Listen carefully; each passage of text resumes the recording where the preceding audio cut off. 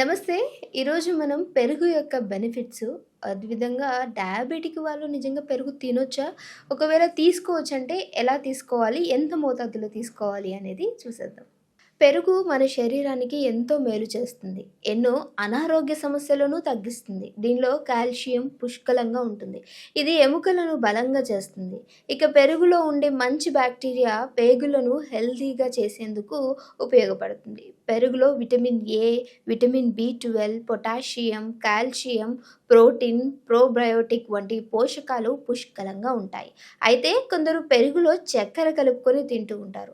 ఇలా తినటం వల్ల బోలెడన్ని ఆరోగ్య ప్రయోజనాలు ఉన్నాయని పోషకాహార నిపుణులు చెబుతూ ఉన్నారు. అవేంటో ఇక్కడ తెలుసుకుందాం. పెరుగులో చక్కెర కలుపుకొని తింటే ఎన్నో అనారోగ్య సమస్యలు తగ్గుతాయని ఆరోగ్య నిపుణులు చెబుతున్నారు.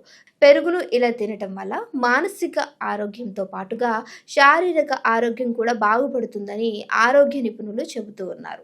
పెరుగులో చక్కెరను కలిపి తీసుకుంటే గ్లూకోజ్ స్థాయిలు పుష్కలంగా ఉంటాయి. పెరుగులో చక్కెరను కలుపుకొని తినడం వల్ల ఇమ్యూనిటీ పవర్ కూడా పెరుగుతుంది. అలాగే జీర్ణ వ్యవస్థ కూడా మెరుగ్గా పనిచేస్తుంది. ఇది మన శరీరంలోని విషవ్యర్థాలను బయటకు పంపిస్తుంది. జ్ఞాపక శక్తిని పెంచుతుంది. అలసట, ఒత్తిడి వంటి సమస్యలను కూడా తగ్గిస్తుంది. పెరుగులో చక్కెర కలిపి తినటం వల్ల జలుబు, ఫ్లూ, కఫం వంటి సమస్యల నుండి ఉపశమనం పొందవచ్చు. భోజనం తర్వాత ఒక కప్పు పెరుగులో అర చెంచా చక్కెర కలిపి తినటం వల్ల అసిడిటీ సమస్యల నుండి సులభంగా ఉపశమనం పొందవచ్చు అంటున్నారు. పెరుగు చక్కెర కలిపి తినటం వల్ల కడుపు మంట సమస్య వెంటనే తగ్గుతుంది.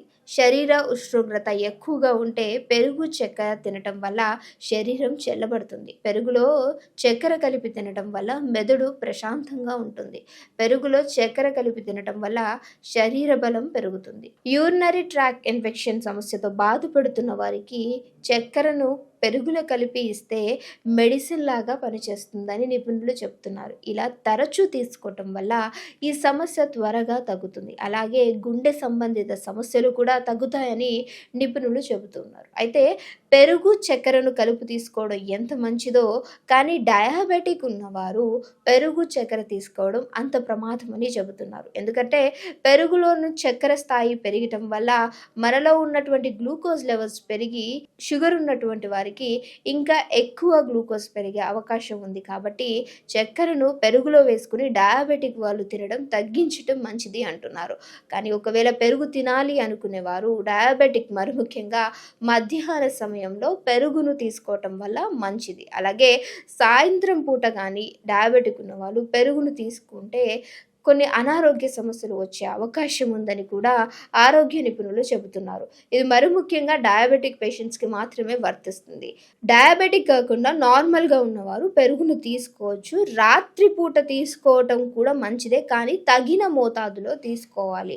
ఒకవేళ జలుబు, దగ్గు లాంటివి ఉంటే ఈ పెరుగును అవాయిడ్ చేయడం మంచిదని ఆరోగ్య నిపుణులు చెబుతూ ఉన్నారు. సో డయాబెటిక్ ఉన్నవారు ఖచ్చితంగా పెరుగును తినవచ్చు. చక్కెర వేసుకుని తినడం మాత్రం మంచిది కాదు అని ఆరోగ్య నిపుణులు సూచిస్తూ ఉన్నారు. సో చూసారు కదా, డయాబెటిక్ ఉన్న వాళ్ళు పెరుగు తినొచ్చు, కానీ చక్కెరను కలుపుకొని డయాబెటిక్ పేషెంట్స్ తినడం మంచిది కాదు. ఎవరైనా సరే మధ్యాహ్న సమయంలో ఈ పెరుగును చక్కెరతో తీసుకుంటే మంచి ఆరోగ్య ప్రయోజనాలు ఉన్నాయి. ఇంకొక హెల్త్ వీడియోతో మళ్ళీ మీ అందరి ముందుకు వస్తే అప్పటి వరకు చూస్తూనే ఉండండి అవర్ ఛానల్.